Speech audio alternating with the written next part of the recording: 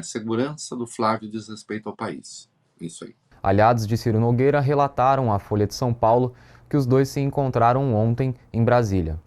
Ainda de acordo com a reportagem, o presidente do PP tem negado publicamente que rejeitou o acordo, ato que foi interpretado como uma brecha para fechar negócio com Flávio.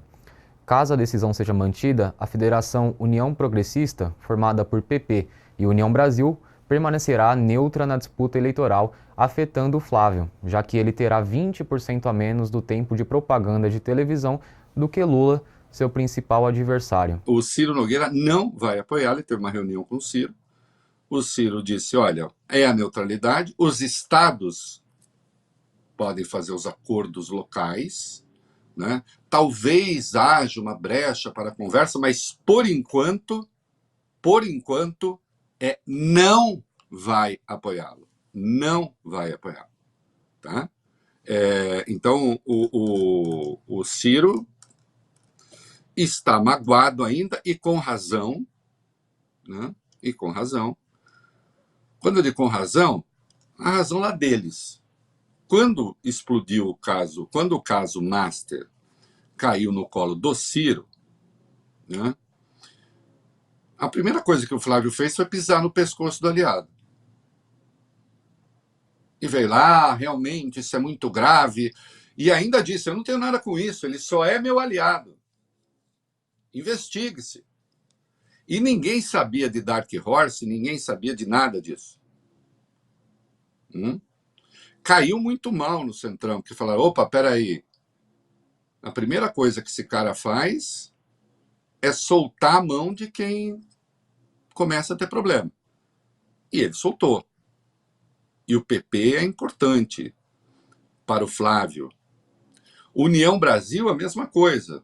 Também não está querendo. Veja, a candidatura do Flávio enfrenta dificuldades óbvias, né? Especialmente a partir daquele 13 de junho, que veio a pública a matéria do Intercept. Enfrenta dificuldades óbvias.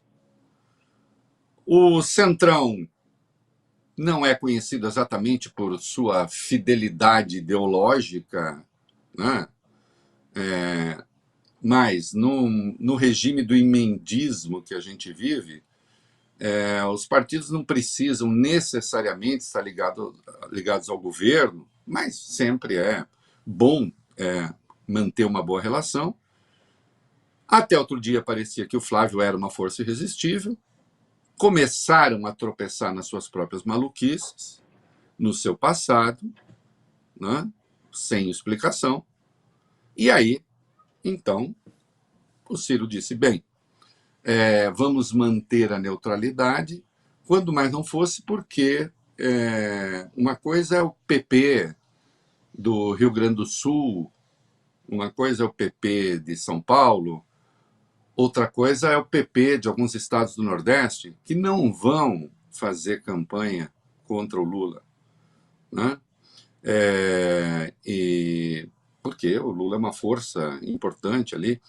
Então, não vem no momento no Flávio uma perspectiva de poder, não vem maturidade política para aguentar, digamos assim, as intempéries, né?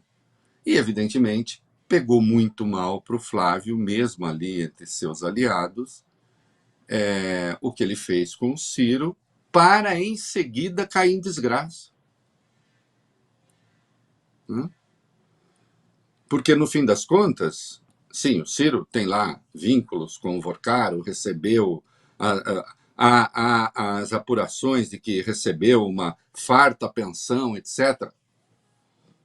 Porém, o dinheiro da esfera de Vorcaro, que foi para Flávio e Eduardo, superam em muito esses valores, né? E isso fica aí, né? Chama lá sua turma para ouvir detalhes, e isso agora vai ser investigado, com consequências que a gente não sabe. Que tudo nessa esfera é muito mal explicado, né? E aí, meu filho, a dificuldade não está só com PP e União Brasil, como a gente vai ver em seguida. Isso mesmo, Reinaldo. Integrantes da cúpula do Republicanos afirmam que as portas estão se fechando para a negociação envolvendo um apoio à candidatura de Flávio Bolsonaro. Isso se dá pelos desgastes na campanha do senador e pelas dificuldades em firmar alianças entre os dois partidos nos estados.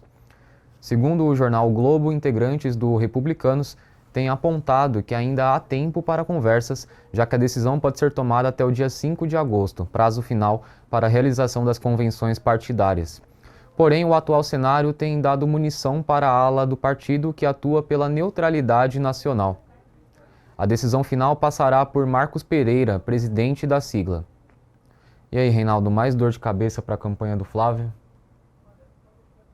Porque também no Republicanos você tem um pedaço que não quer saber da aliança em esfera federal com o Flávio.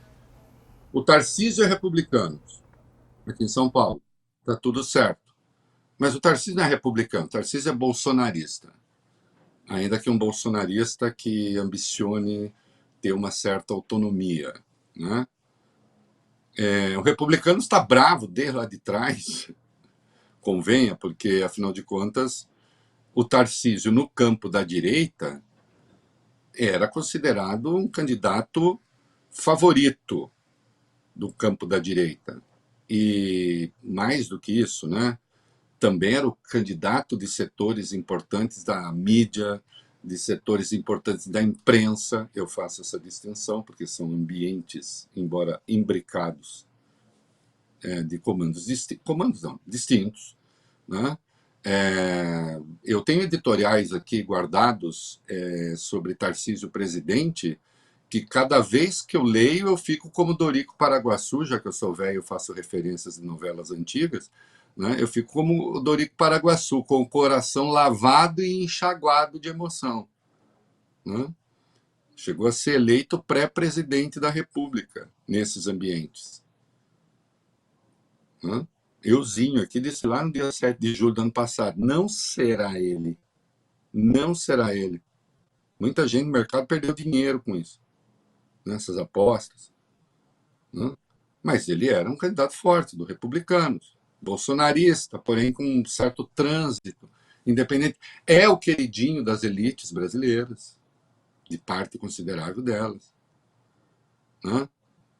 Aliás, vai receber o Milei aqui em São Paulo, vai dar medalha da Ordem do Ipiranga para o Milei, né? Um reacionário com substância, né? Porém não da família Bolsonaro. O Republicanos tinha esse candidato, né? Foi alvejado pelo Eduardo e sua turma, né? No que, atenção, travessão, se eu fosse Eduardo, eu teria feito a mesma coisa. Porque a chance de Eduardo e sua turma serem aposentados na política era a vitória do Tarcísio. Com a vitória do Lula, eles não são aposentados, não. Eles vão continuar a ter um pedaço importante do eleitorado e da opinião pública. Menor em relação ao que já foi, mas sim, né? Vão disputar o campo da direita com outras forças que estão aí em crescimento.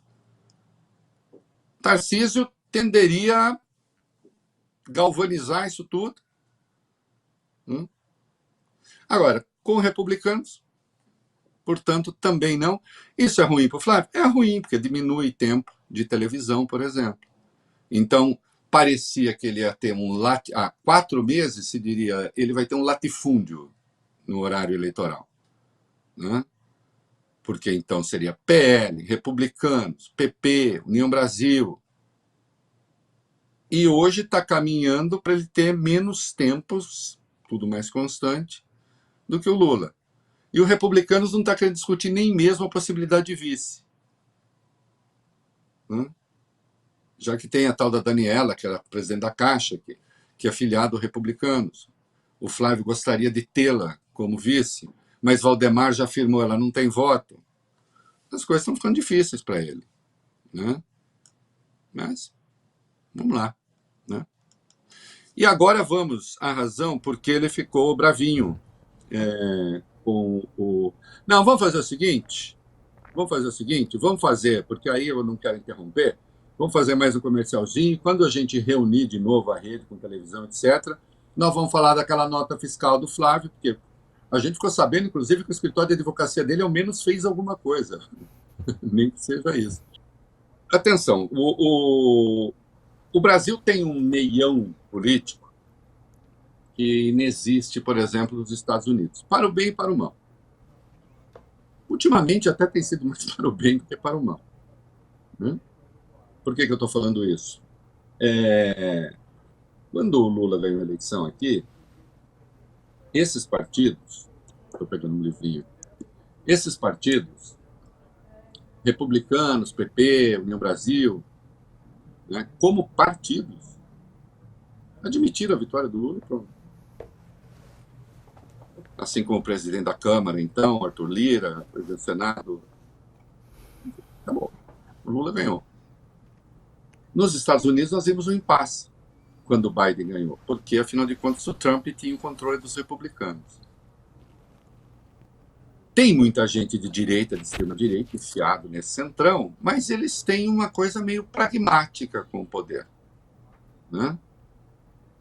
O Flávio, assim que ele se lança, ele consegue logo ir para a ponta junto com o Lula nas pesquisas e tal, mas a partir daí as suas fraquezas intrínsecas, as que são dele, e a inconsistência daquilo que ele representa, que até agora ninguém sabe direito qual é o pleito, começaram a pesar. Né? E aí, então, esses partidos, uma coisa é certa, podem ser reaças, em muitos aspectos são, mas ingovernabilidade também não interessa. Né? Isso é muito ruim? Em muitos aspectos, porque essa gente domina orçamento, etc. Mas, ao mesmo tempo, também impede que você tenha algumas crises institucionais sem solução. Nesse livro aqui, Como Salvar a Democracia, do Steven Levitsky e Daniel Ziblatt, tem um prefácio que fala sobre o Brasil, que passa por esse aspecto. Né? A gente tem esse meião aí que, de qualquer modo, e apesar de tudo, ainda aposta na institucionalidade.